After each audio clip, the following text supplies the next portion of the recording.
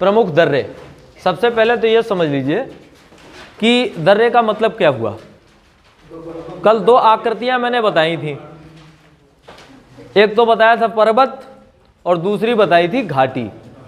तो पर्वतों के बीच में जो दरारें पाई जाती हैं, पर्वतों से आवागमन बड़ा कठिन होता है। पर्वतों से आवागमन करने का मतलब हुआ अब आप एक तरफ से पर्वत पे चढ़िए फिर उतरिए, तब जाकर के दूसरी तरफ पहुंचेंगे, और ऐसा वाहनों के साथ तो संभव है नहीं। और हिमालय की पर्वतीय चोटियां इतनी ऊंची हैं कि वहां तो नॉर्मली भी चढ़ा और उतरा नहीं जा सकता। तो ऐसी स्थिति में दर्रों का अपना एक विशेष महत्व है। ये वो जगह है पहाड़ियों के मध्य में जहां से आर पार जाया जा सकता है किसी पहाड़ के, और इनके अपने महत्व भी हैं। प्राचीन काल में भारत पे जो भी आक्रमण उस साइड से हुए वो सब किसी न किसी दर्रे के थ्रू हुए। हालांकि प्राचीन काल में भारत पे आक्रमण वाले जो दर्रे हैं जहां से वो आक्रमणकारी आए थे, वो फिलहाल आपको नहीं पढ़ने पड़ेंगे क्योंकि वो मोस्टली पाकिस्तान के हिस्से चले गए। ज़्यादातर जो दर्रे हैं खैबर वगैरह वो पाकिस्तान के हिस्से चले गए। लेकिन अभी भी दर्रों का अपना एक सामरिक महत्व है। वो सामरिक महत्व ये है कि आपको भारत से चाइना जाना हो तो दर्रों की हेल्प लेनी पड़ेगी, तिब्बत से भारत आना हो तो दर्रों की हेल्प लेनी पड़ेगी। दो देशों के बीच, दो प्रदेशों के बीच, दो क्षेत्रों के बीच अगर आपको आना जाना है पर्वतीय क्षेत्रों में, तो दर्रे ही एकमात्र मार्ग होते हैं जहां से आसानी के साथ आया जाया जा सकता है। तो ये तो बात हो गई दर्रों की। अब दूसरी महत्वपूर्ण बात यह है कि दर्रों के मामले में आपको कितना पढ़ना है, सबसे महत्वपूर्ण बात यही है। पढ़ने को तो फिर एक दर्रे का पूरा इतिहास पढ़ डालो, पूरा भूगोल पढ़ डालो, जो भी है पूरा एक दर्रे को ही शाम तक पढ़ो। लेकिन आपकी परीक्षा में दो चीजें महत्वपूर्ण होती हैं, दर्रे का नाम, उसकी स्थिति के साथ। दर्रे का नाम वो कौन से प्रदेश में है ये महत्वपूर्ण है, और दूसरी चीज महत्वपूर्ण होती है कि वो दर्रा किसे जोड़ता है। कुछ दर्रों का इस तरह का ही प्रश्न बनेगा वो किसे जोड़ते हैं, और कुछ का इस तरह का बन सकता है कि वो कौन से प्रदेश में स्थापित है। तो आपको कुल मिलाकर तीन चीजें याद रखनी है, दर्रे का नाम, दूसरी चीज उसकी प्रादेशिक स्थिति वो कहाँ पे है, और तीसरी चीज आपको याद रखनी है वो किसे किसे जोड़ता है। ठीक है, तो एक एक करके हम एक एक दर्रे को जानेंगे। सबसे पहला दर्रा, हेडिंग डालते जाइए, उसके बारे में थोड़ा थोड़ा लिखते जाइए। दर्रे का नाम लिखिए चौंगला। चौंगला, चौंगला।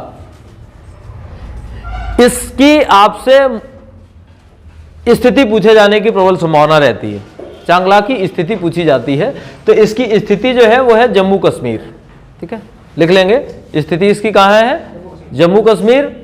और दूसरी महत्वपूर्ण बात इससे ये है कि ये विश्व का यातायात के दृष्टिकोण से तीसरा सबसे ऊंचा मार्ग है। यातायात के दृष्टिकोण से विश्व का तीसरा सबसे ऊंचा मार्ग भी यही है, चांगला। ठीक है, लिख लेंगे जम्मू कश्मीर, और दूसरा पॉइंट लिखेंगे यातायात के दृष्टिकोण से विश्व का तीसरा सबसे ऊंचा मार्ग। यातायात के दृष्टिकोण से विश्व का तीसरा सबसे ऊंचा मार्ग चांगला हो गया। दो बातें याद रखनी है कि ये जम्मू कश्मीर में है, और साथ ही साथ ये यातायात के दृष्टिकोण से विश्व का सबसे ऊंचा मार्ग है।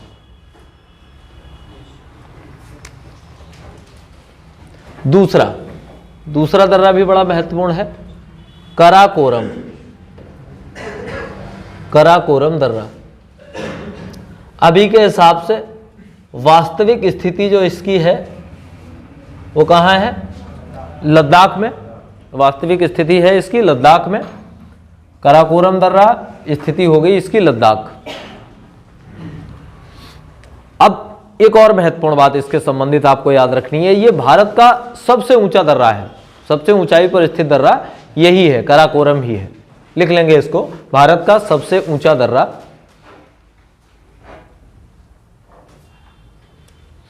और यहां से चीन जाया जा सकता है।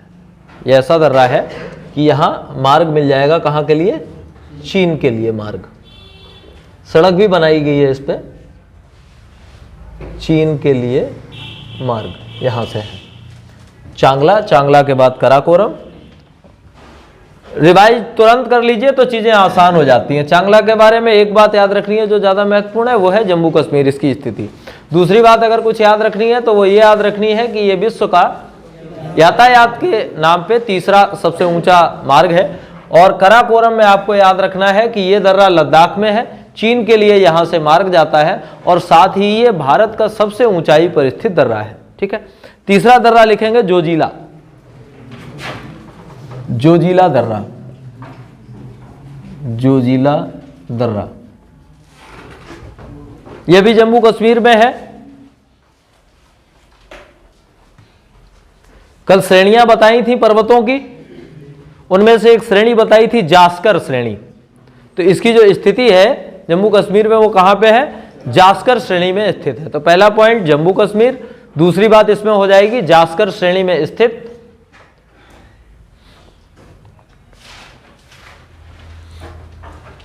और तीसरी महत्वपूर्ण बात यह है इसकी कि यह लेह और श्रीनगर को जोड़ता है, लेह और श्रीनगर को जोड़ता है, लेह और श्रीनगर के बीच में पड़ता है। तो श्रीनगर से लेह या लेह से श्रीनगर जाना हो तो इसे पार करना होता है।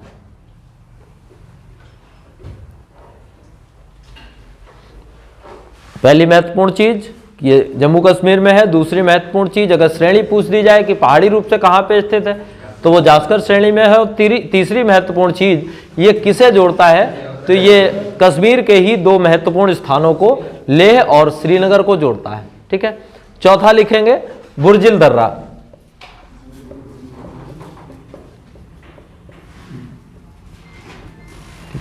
चौथा बुर्जिल दर्रा, यह भी जम्मू कश्मीर में है और यह भी दो नगरों को जोड़ता है, श्रीनगर और गिलगिट को, श्रीनगर और गिलगिट, दो नगरों को जोड़ता है, श्रीनगर और गिलगिट। अब एक बात और समझिए, इस दर्रे का अपना पुराना महत्व भी है। आज भी यह दर्रा भारत से श्रीनगर के थ्रू होते हुए मध्य एशिया जाने के लिए मुख्य मार्ग देता है। यहां से अगर मध्य एशिया जाना हो तो यह दर्रा एक महत्वपूर्ण दर्रा है। यानी यहां पे एक बात और याद रखेंगे कि दो नगरों को तो जोड़ता ही है, श्रीनगर और गिलगिट को, इन दो स्थानों को तो जोड़ता ही है। साथ ही साथ ये कश्मीर से अगर मध्य एशिया जाना है तो ये महत्वपूर्ण दर्रा है कश्मीर से मध्य एशिया जाने के लिए। ठीक है, ये पॉइंट भी लिख लेंगे। अब आ जाते हैं हम पांचवें दर्रे पे।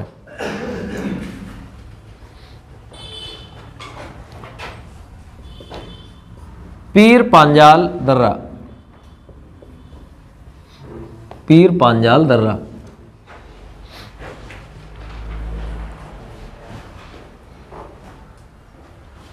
यह भी जम्मू कश्मीर में है और यह जिन दो स्थानों को जोड़ता है वो दो स्थान है कुलगांव और कोठी, कुलगांव और कोठी, इन दो स्थानों को जोड़ता है, कुलगांव और कोठी। स्थिति इसकी भी जम्मू कश्मीर है, जोड़ता है ये दो जगहों को, एक जगह है कुलगांव और दूसरी जगह है कोठी, कुलगांव और कोठी। फिर आ जाए छठे दर्रे पे, बनिहाल दर्रा, बनिहाल दर्रा,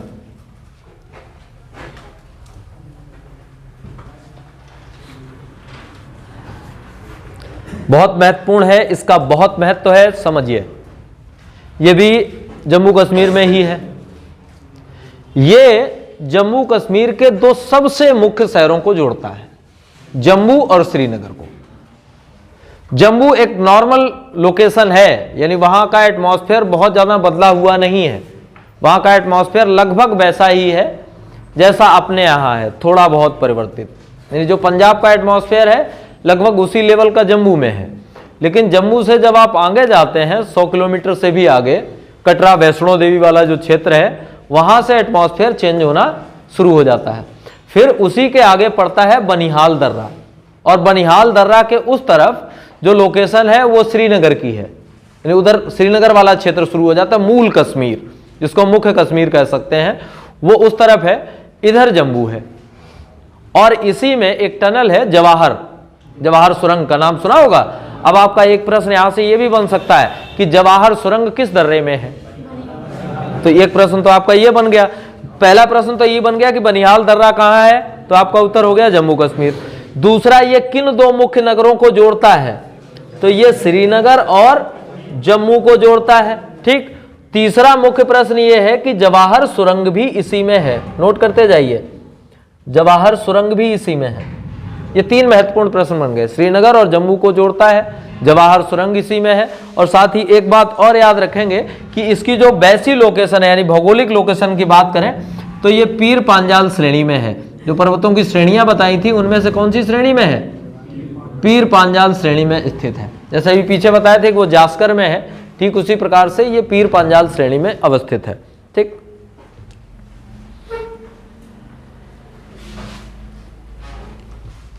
लिख लीजिए।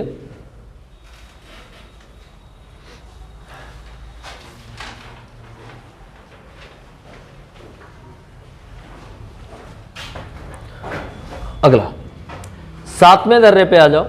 7वां है सिपकीला दर्रा, बहुत महत्वपूर्ण है, बहुत पूछा जाता है, ये समझ लीजिए।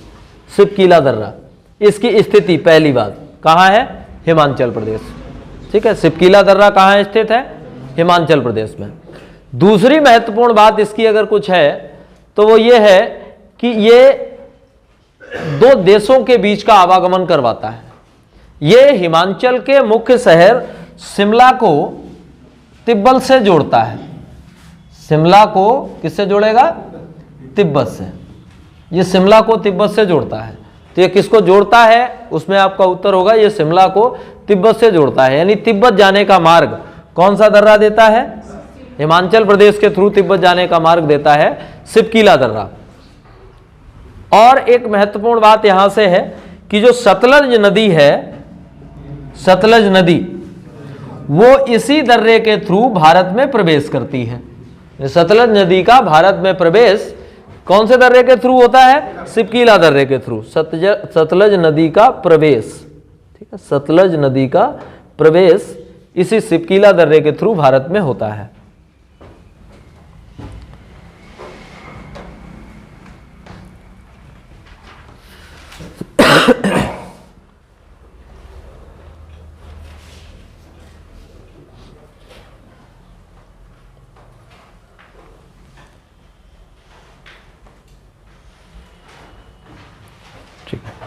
एक और दर्रा देखिए 8वां, दर्रे का नाम है देवसा, देवसा दर्रा। ठीक है, इसकी जो स्थिति है वो भी है हिमाचल प्रदेश। ठीक है, और ये कुल्लू को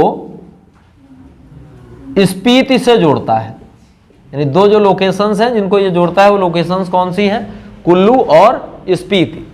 देवसा दर्रा स्थिति इसकी हिमाचल प्रदेश है और ये कुल्लू को स्पीति से जोड़ता है। अब एक बार सरसरी निगाह में सारे फिर रिवाइज कर जाओ, 8 हो गए हैं। चांगला जम्मू कश्मीर, कराकोरम लद्दाख यानी वही जम्मू कश्मीर, जोजिला जम्मू कश्मीर, बुर्जिल जम्मू कश्मीर, पीर पंजाल जम्मू कश्मीर, बनिहाल दर्रा जम्मू कश्मीर, और ये जो दो बाद में अभी लिखवाए हैं सिपकीला और ठीक है देवसा, ये दोनों हिमाचल प्रदेश में है। ठीक है,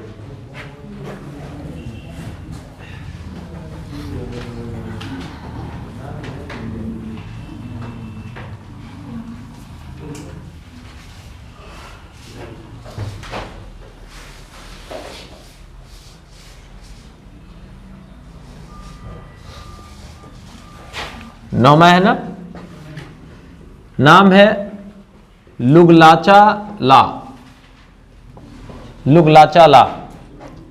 इसकी जो स्थिति है वो है हिमाचल प्रदेश, लिखते जाइए साथ ही, लुगलाचा ला इसकी जो स्थिति है वो हिमाचल प्रदेश और जम्मू कश्मीर की सीमा पे है। यानी ये दोनों प्रदेशों में है ऐसे कह देंगे, हिमाचल प्रदेश और जम्मू के मध्य में स्थित है। और मुख्य बात भी ये, फिर वो इसी तरह के शहरों को भी जोड़ता होगा, एक शहर इसका एक शहर उसका। तो ये जो जोड़ता है ये लेह और मनाली को जोड़ता है। लेह और मनाली, लेह मतलब जम्मू कश्मीर का और मनाली मतलब हिमाचल प्रदेश का। तो एक शहर जम्मू कश्मीर का और एक शहर हिमाचल प्रदेश का, इनको ये जोड़ता है।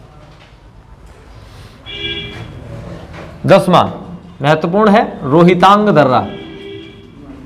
रोहितांग दर्रा, इसकी स्थिति पूछी जाती है सबसे ज्यादा। तो स्थिति इसकी कहाँ है, कौन से प्रदेश में है, हिमाचल में है। और दूसरी महत्वपूर्ण बात इससे पूछी जाती है कि ये कौन सी श्रेणी में अवस्थित है। तो ये अवस्थित है पीर पांजाल श्रेणी में, पीर पांजाल श्रेणी में। रोहितांग दर्रा, हिमाचल प्रदेश, पीर पांजाल श्रेणी।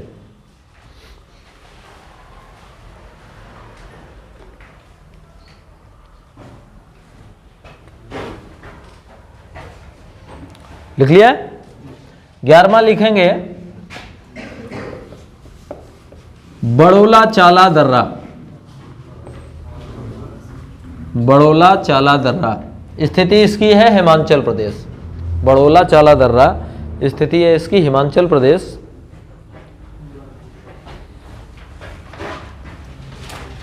ये जास्कर श्रेणी में स्थित है, जास्कर श्रेणी में। और ये लेह और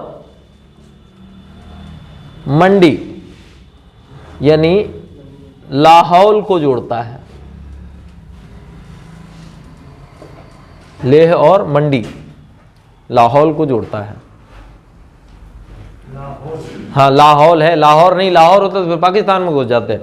ठीक है, लाहौल है। ये स्पीति के समीप जगह है, अभी जो जगह बताई थी स्पीति, उसके समीप जगह है। लाहौल और स्पीति आसपास है, तो उसको जोड़ता है लेह और मंडी को। मंडी मतलब ये हिमाचल प्रदेश में है। ठीक है, मंडी हिमाचल प्रदेश में है, लेह तो पता ही है लद्दाख क्षेत्र का है। ठीक, अगला लिखेंगे माना दर्रा। माना दर्रा और इसकी स्थिति है उत्तराखंड। ठीक है, प्रदेश बदल गया एक और। माना दर्रा सबसे ज्यादा उत्तराखंड के अगर पूछा तो 3 दर्रे हैं, माना, नीति, लिपुलेख। ये 3 दर्रे पूछे जाते हैं बहुत ज्यादा। ठीक है, इसकी अवस्थिति लिखेंगे कुमायूं की पहाड़ियां। अवस्थिति लिख लेंगे कुमायूं की पहाड़ियां।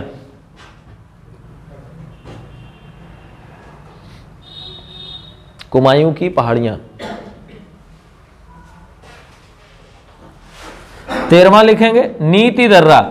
उन्हीं की बात कर लें हम पहले। नीति दर्रा, इसकी भी स्थिति कहां है, सेम है, उत्तराखंड में है। इसकी जो स्थिति है वो भी सेम है, कुमायूं क्षेत्र में है, उत्तराखंड में है, कुमायूं क्षेत्र में है। और ये वो दर्रा है, बल्कि ये दोनों ही दर्रे ऐसे हैं जो कैलाश पर्वत और मानसरोवर जाने का रास्ता देते हैं।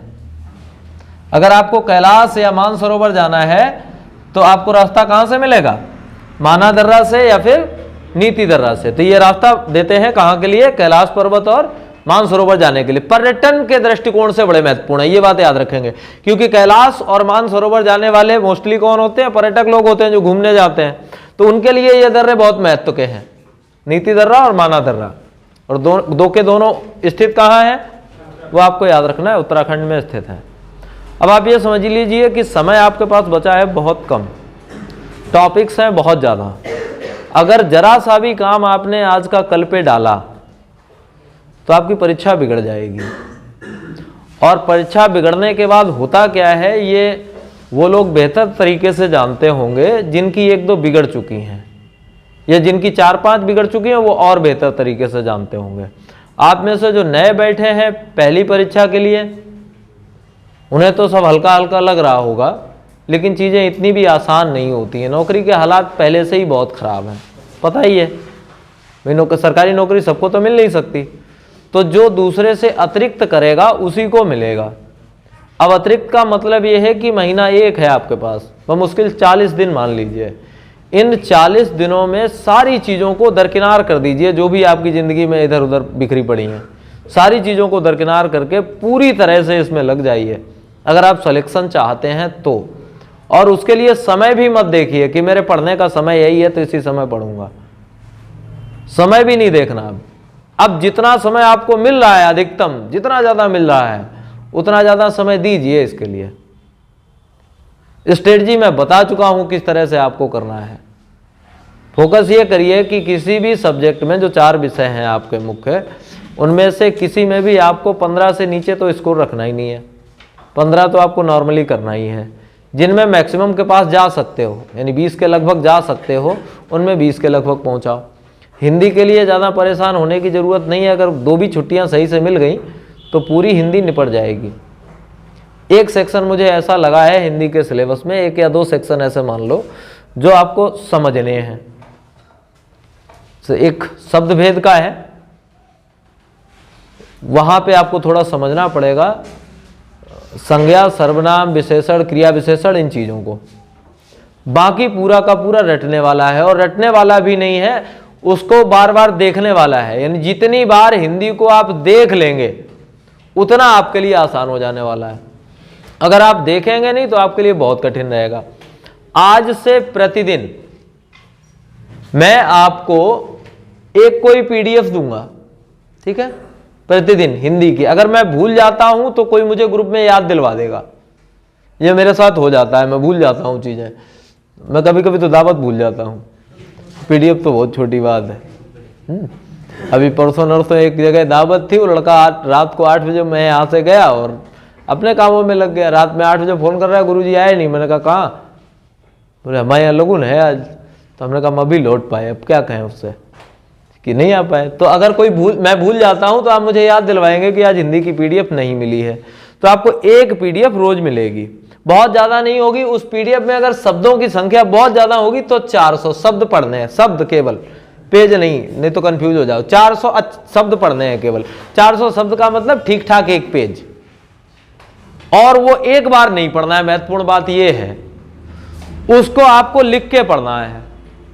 एक बार जब आप लिखेंगे इसका मतलब 3 बार तब पढ़ गए जब एक बार आपने लिखा, और 3 बार और आपको कॉपी में लिखने के बाद पढ़ना है। इतना आप डेली करेंगे। ये मेरी जिम्मेदारी है कि आप हिंदी में बाहर नहीं ले जा पाएंगे, मतलब हिंदी का पेपर बाहर नहीं जाएगा, वो आपका पढ़ा हुआ फंस जाएगा पूरा। अगर आप इतना कर देते हैं, 30-40 दिन है अभी, 30-40 दिन में 400 गुणे 30-40 कर लो, इतने शब्द आपको याद होंगे। ठीक है, मेरी गणित थोड़ी कमजोर है। कितने हो जाते हैं ये? 16,000 शब्द हो गए। 16,000 शब्द आप किसी भी भाषा के जान जाओ, उस भाषा के तो ज्ञाता बन जाओगे। अंग्रेजी के जान जाओ तुम अंग्रेजी से बात नहीं हिंदी में करोगे, फिर अंग्रेजी में ही करोगे। 16,000 शब्द बहुत होते हैं। अब खैर रटने नहीं है 16, इन 16,000 को अपनी निगाह में डाल लेना है। और ऑब्जेक्टिव परीक्षा की ये अच्छाई होती है कि जो चीज कभी आपने याद नहीं की बल्कि देखी भर है, तो पेपर में जब आती है तो आपको याद आ जाती है। ये अच्छाई होती है ऑब्जेक्टिव परीक्षा की। तो आज से ये काम आपका शुरू, ठीक। बाकी जो पढ़ाने वाली चीजें हैं वो मैं क्लास में देख लूंगा, वो मैं पढ़ा दूंगा, जो समझने वाली चीजें हैं, ठीक है। नीति दर्रा हो गया। 14वां दर्रा लिखिए। हाँ चलो लिपुलेख ही लिख लो, सारे इकट्ठे ही निपटा लो। लिपुलेख, लिपुलेख दर्रा, ये भी उत्तराखंड में है, ये भी कुमायूं की पहाड़ियों में है।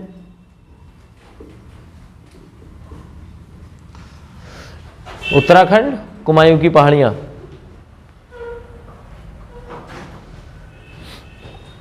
और महत्वपूर्ण बात यह है कि ये तिब्बत को तकलाकोट से जोड़ता है, मतलब उत्तराखंड से तकलाकोट से जोड़ता है, तिब्बत को तकलाकोट से जोड़ता है। और महत्वपूर्ण बात यह है कि 1962 की लड़ाई के बाद, चाइना के साथ युद्ध हुआ था 1962 में, 1962 की लड़ाई के बाद इस दर्रे को बंद कर दिया गया था, यानी ये मार्ग ब्लॉक कर दिया गया था, इससे आवागमन ठप था। दोबारा इसको 1992 में खोला गया, 1992 में इसको दोबारा से खोला गया और फिर इस पे आवागमन प्रारंभ हुआ। उस समय शायद परिस्थितियां कुछ और रही होंगी, बाद में परिस्थितियां बदली।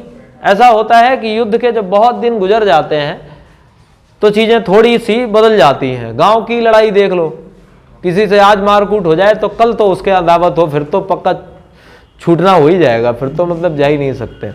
आज मारकूट हो जाए, 3 साल बाद उसके लड़के के लगुन चढ़े तो कुछ सोचा जा सकता है कि नहीं जा सकते हैं, क्योंकि 3 साल पहले हुई थी, पूरी भी काय छोड़ो, खा ही लेते हैं, क्या फर्क पड़ता है ना। तो ऐसे ही हुआ, 1962 में युद्ध हुआ था, इसको ब्लॉक कर दिया गया, धीरे धीरे समय गुजरा, चीजें बदली, और 1992 में, और उसके पीछे एक बड़ा कारण था कि ग्लोबलाइजेशन का युग है, वैश्वीकरण का युग है, सारे देशों के व्यापार एक साथ जुड़े हुए हैं, चाहते हुए भी और ना चाहते हुए भी, सबके व्यापार एक दूसरे के साथ जुड़े हुए हैं। और अगर 2 देश आपस में इस तरह से अपना व्यापार नहीं चलाते हैं तो उन्हें बहुत बड़ा नुकसान होता है। अच्छा, महत्वपूर्ण बात फिर यह है कि विश्व के सबसे बड़े देशों में से 2 देश, जहां की जनसंख्या सबसे ज्यादा है, भारत और चीन, ऐसे 2 देश, जहां सबसे ज्यादा चीजों की खपत होती है, ऐसे 2 देश, जहां उपभोक्ता सबसे ज्यादा पाए जाते हैं, खर्च करने वाले लोग ज्यादा हैं, बनाने वाले लोग कम है, यूज करने वाले ज्यादा हैं। तो भारत और चाइना किसी भी देश के लिए बेहतरीन मार्केट हैं, और ये आज से नहीं है, अंग्रेजों के आने के पीछे भी एक मेन कारण यही था कि हमारे यहाँ बहुत ज्यादा चीजें थी, वो लूट के ले जाना चाहते थे, ठीक है, एक बात ये भी थी, लेकिन एक बात ये भी थी, वो अपने प्रोडक्ट हमारे यहाँ बेचना चाहते थे, क्योंकि उनके यहाँ उतने प्रोडक्ट नहीं बिक सकते थे, उनकी जनसंख्या कम थी, वहां लोग कम थे, हमारे यहाँ लोग कम थे तो प्रोडक्ट ज्यादा बिकते। दूसरा ये था कि उनके प्रोडक्ट कुछ मॉडर्न थे, कुछ बेहतरीन थे, हमारे सारे प्रोडक्ट उस समय हैंडमेड हुआ करते थे, कुटीर और लघु उद्योगों के बने हुए, तो उनके प्रोडक्ट ज्यादा बेहतरीन थे, वो यहाँ उनके लिए बेहतरीन मार्केट था। जैसे वो चाय का क्या करते थे, यहाँ चाय की खेती करवाते थे या नील की करवाते थे, कच्चा माल वहां बेचते थे अपने देश, वहां से जब वो प्रोडक्ट बन जाता था, उस प्रोडक्ट को वापस ला के यहीं बेच भी देते थे। ये उनकी थ्योरी थी, कच्चा माल ले गए और कच्चा माल ला के जहां से कच्चा माल की जगह है वहीं पे उनका पक्का माल बेचने की भी जगह है, तो उन्हें दोहरा लाभ था, कच्चा माल भी वहीं से लेते थे, बना बनू के भी वहीं बेच देते थे, राह साथ थोड़ा बहुत अपने देश में बेच लेते थे, काम हो जाता था उनका। ये चलता रहा। तो 1992 में इसको पुनः खोल दिया गया, 1962 में बंद होने के बाद। ठीक है, 15वां लिखेंगे, नाथुला दर्रा, बहुत महत्वपूर्ण है सामरिक दृष्टिकोण से ये भी। नाथुला दर्रा, लोकेशन सिक्किम, ठीक है, लोकेशन इसकी सिक्किम, बहुत महत्वपूर्ण है, नाथुला दर्रा सिक्किम। और वहां अगर पर्वत श्रेणी पूछ दी जाए तो पर्वत श्रेणी है डोगेक्या पर्वत श्रेणी, ये लिख दिया मैंने, ठीक है, डोगेक्या पर्वत श्रेणी, डोगेक्या पर्वत श्रेणी, सिक्किम में डोगेक्या पर्वत श्रेणी। और इस दर्रे का महत्व 1962 के युद्ध में बहुत था, भारत और चीन का युद्ध हुआ था, उस हिसाब से ये बहुत महत्वपूर्ण दर्रा है, और इसे भी 1962 में ही ब्लॉक कर दिया गया था। इसे खोलते हुए बहुत समय लग गया, क्योंकि उस समय लड़ाई में भी इसका महत्व ज्यादा था। इसको दोबारा खोला जा सका सन 2006 में, 1962 में बंद हुआ और फिर दोबारा कब खुला, सन 2006 में। और यह है दार्जिलिंग तथा चुम्बी घाटी से होकर के तिब्बत जाने का मार्ग है, दार्जिलिंग और चुम्बी घाटी से होते हुए यह तिब्बत जाने का मार्ग है, यानी भारत और चीन को जोड़ने की जगह है ये। ठीक, लिख लेंगे, इसमें एक लाइन लिख लेंगे, भारत चीन युद्ध में सामरिक महत्व, ये तो लिख ही लिया होगा, सिक्किम और डोगेक्या पर्वत श्रेणी। आगे लिखेंगे भारत चीन युद्ध में सामरिक महत्व। दूसरा पॉइंट, 1962 में बंद होने के बाद 2006 में खोला गया, 1962 में बंद होने के बाद 2006 में खोला गया। और तीसरा पॉइंट लिखेंगे, यह दार्जिलिंग तथा चुम्बी घाटी, यह दार्जिलिंग तथा चुम्बी घाटी से होकर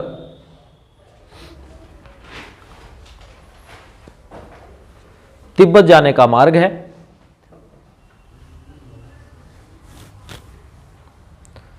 दार्जिलिंग तथा चुम्बी घाटी से होकर तिब्बत जाने का मार्ग है।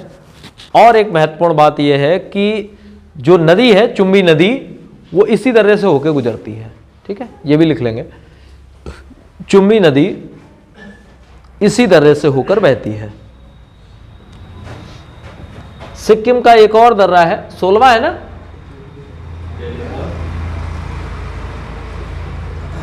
डोंकिया, ठीक है, डोंकिया। केवल इतना याद रखेंगे कि ये कहाँ है, सिक्किम में, और कोई महत्वपूर्ण बात नहीं है इस दर्रे में। केवल इतना याद रखेंगे कि डोंकिया दर्रा है, सिक्किम में है। 17वां लिखिए, महत्वपूर्ण है, पूछा जाता है, जुलेप्ला या जुलेप्ला कहीं लिखा हुआ आपको मिल सकता है। इसकी भी जो लोकेशन है वो कहाँ है, सिक्किम में। जुलेप्ला सिक्किम में, और इसका भी अपना एक सामरिक महत्व है। तिब्बत जाने का मार्ग ये भी है, लिख लेंगे, नीचे लिख लेंगे, तिब्बत जाने का मार्ग। भारत से अगर तिब्बत जाना है तो ये दर्रा महत्वपूर्ण है।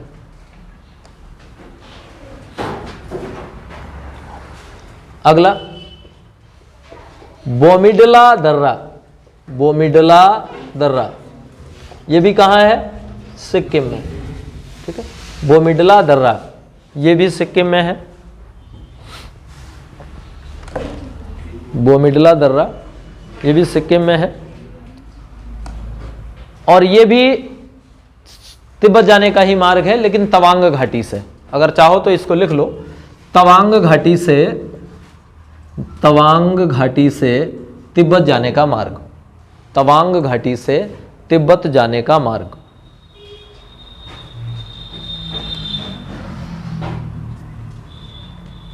अगला यांग्याप दर्रा, यांग्याप दर्रा अरुणाचल प्रदेश। अरुणाचल प्रदेश का है। ये अरुणाचल का है जी। हाँ, तवांग घाटी सही है, क्लियर कर लो, गड़बड़ हो जाता है। आंध्र प्रदेश, ठीक है। यांग्याप दर्रा जो है वो अरुणाचल प्रदेश का है।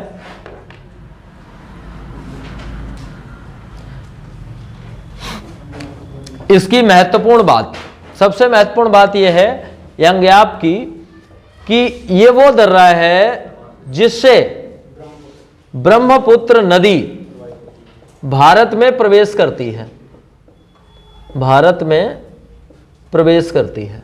ब्रह्मपुत्र नदी का भारत में प्रवेश यांग्याप दर्रे से है, और यहां से चीन जाने का मार्ग भी है, चीन जाने का मार्ग, यानी यहां से चीन जाया जा सकता है।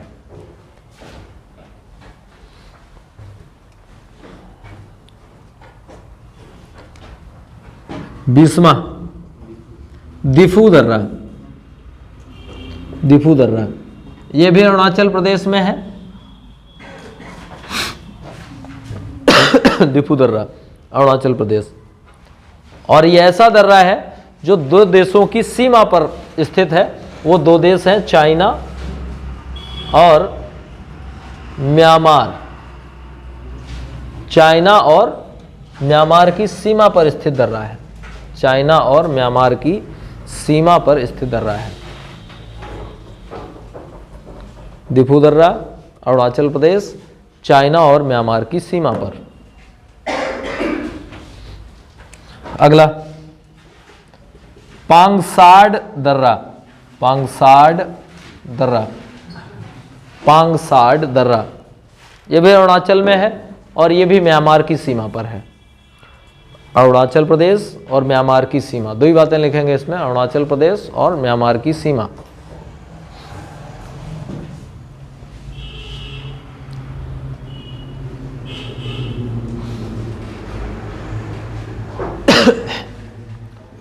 एक और दर्रा लिखेंगे, तुजू दर्रा, तुजू, तुजू दर्रा ये अलग प्रदेश में है, मणिपुर, ठीक है। 22वां तुजू दर्रा, और इसकी लोकेशन है मणिपुर। तुजू दर्रा कौन से प्रदेश में है, मणिपुर, और ये इम्फाल से तामू और म्यांमार जाने का रास्ता देता है। इम्फाल से तामू और म्यांमार जाने का रास्ता, इम्फाल से तामू और म्यांमार जाने का रास्ता, इम्फाल से तामू और म्यांमार जाने का रास्ता।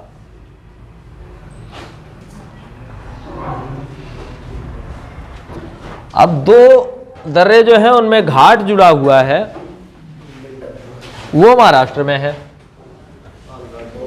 ठीक है। थाल घाट और भोर घाट, ये दो दर्रे हैं।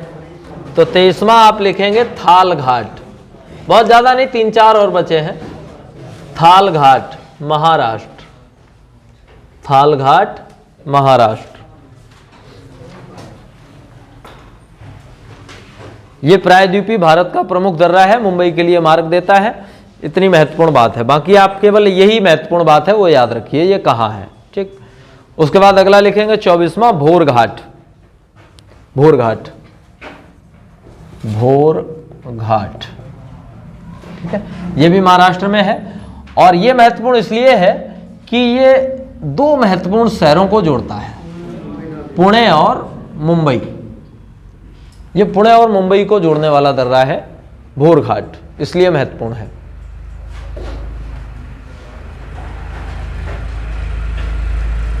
अब एक और घाट है वो कंफ्यूज कर सकता है, इसलिए महत्वपूर्ण है, और वो है पाल घाट। और ये पाल घाट जो है वो महाराष्ट्र में नहीं है, वो केरल में है। और इसकी जो लोकेशन है वो नीलगिरी और अन्नामलाई की जो पहाड़ियां हैं उनके बीच में है, अन्नामलाई की पहाड़ियों के बीच में है। ये नीलगिरी और अन्नामलाई की पहाड़ियों के बीच में है पाल घाट। कंफ्यूज ऐसे ही हो जाता है व्यक्ति की भोर घाट, थाल घाट, फिर आ जाता पाल घाट, तो बोले सब महाराष्ट्र में ही होंगे, और ऐसे में ही गलती हो जाती है। तो जो अलग है उसको याद रखिए, बाकी वो एक में ही बना रहने दीजिए। 26वां बुरहान दर्रा, ये इसलिए महत्वपूर्ण है कि ये मध्य प्रदेश में है, ठीक।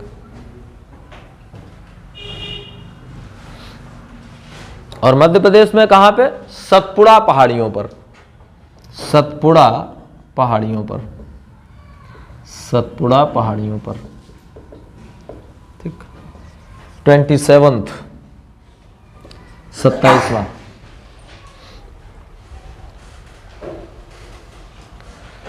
सेन कोट्टा दर्रा, सेन कोट्टा दर्रा, ठीक है। अभी मटेरियल बहुत कुछ है लेकिन आपके लिए महत्वपूर्ण इतना है, ठीक है। ये सेन कोट्टा दर्रा, स्थिति इसकी केरल है। केरल में कहा? इलायची की पहाड़ियों में, लिख लीजिए पूरा, केरल में इलायची की पहाड़ियों में इसकी स्थिति है। और ये तमिलनाडु को केरल से जोड़ता है। महत्वपूर्ण बात यह है कि ये तमिलनाडु को केरल से जोड़ता है, तमिलनाडु को केरल से जोड़ता है, ठीक। अब 2 पॉइंट हैं, एक लिख लीजिए, एक महत्वपूर्ण, क्योंकि एक की चर्चा मैं पीछे कर चुका हूं कि मानसरोवर झील और कैलाश घाटी अगर आपको जाना है तो आपको माना नीति दर्रों का सहारा लेना पड़ेगा, लिपुलेख का सहारा लेना पड़ेगा। एक बात तो होगी। दूसरी बात मैंने बताई थी कि कुछ दर्रे ऐसे हैं जो फिलहाल पाकिस्तान में हैं, लेकिन प्राचीन भारत में जब हम आक्रमणकारियों की बात करेंगे तो उन्होंने उन दर्रों का उपयोग किया भारत तक पहुंचने में। वो कुछ ऐसे दर्रे हैं जो फिलहाल पाकिस्तान में हैं, किंतु वो ऐतिहासिक दृष्टिकोण से महत्वपूर्ण है, उन्हें हम लिख लेंगे, वो है पाकिस्तान में। लिख लीजिए एक पॉइंट, प्राचीन काल में भारत पर, ये अलग पॉइंट है, ये आपको 27 ही याद रखने हैं, ठीक है। प्राचीन काल में भारत पर आक्रमण करने वाले आक्रमणकारियों ने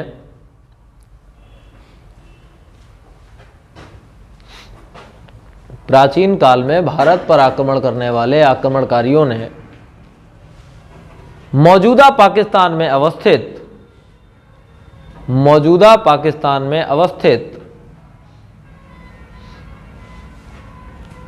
कुछ प्रमुख दर्रों,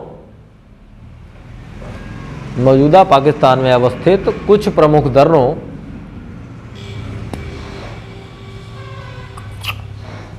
गोमल, गोमल एक दर्रे का नाम है गोमल, ठीक है, इधर लिखे दे रहा हूं गोमल, गोमल, मकरान, मकरान, गोमल, मकरान, खैबर, खैबर, खैबर, एक और दर्रा है टोची, ठीक, और एक और है कुर्रम। ये बहुत महत्वपूर्ण, इसमें खैबर कुर्रम तो बहुत महत्वपूर्ण है। और बोलन दर्रों का प्रयोग किया, एक और दर्रा बोलन, बोलन, बोलन, और ये सारे के सारे दर्रे आज के हिसाब से पाकिस्तान का हिस्सा है। हाँ, वो अफगानिस्तान और पाकिस्तान की सीमा पे है। ये अभी भी खैबर दर्रा जो है वो अफगानिस्तान और पाकिस्तान का बाईपास है। जैसे अपने यहाँ के दर्रे भारत से चाइना जाने वाले हैं, वैसे ही खैबर जो है वो पख्तून क्षेत्र में है, कुछ पाकिस्तान में इसका हिस्सा पड़ता है, कुछ अफगानिस्तान में पड़ता है। तो ये अब भारत का हिस्सा नहीं है, लेकिन प्राचीन भारत में ये हमारा हिस्सा रहे हैं, अभी भारत का हिस्सा नहीं है। ठीक, तो ये आपका आज का टॉपिक कंप्लीट होता है। डेली के लिए अब आपको एक पीडीएफ मिलेगी जो हिंदी की, हाँ बंद कर दो, जिसको आपको डेली के डेली कवर करना है। अब कौन कितना सिंसियर है वो अपने हिसाब से समझ ले।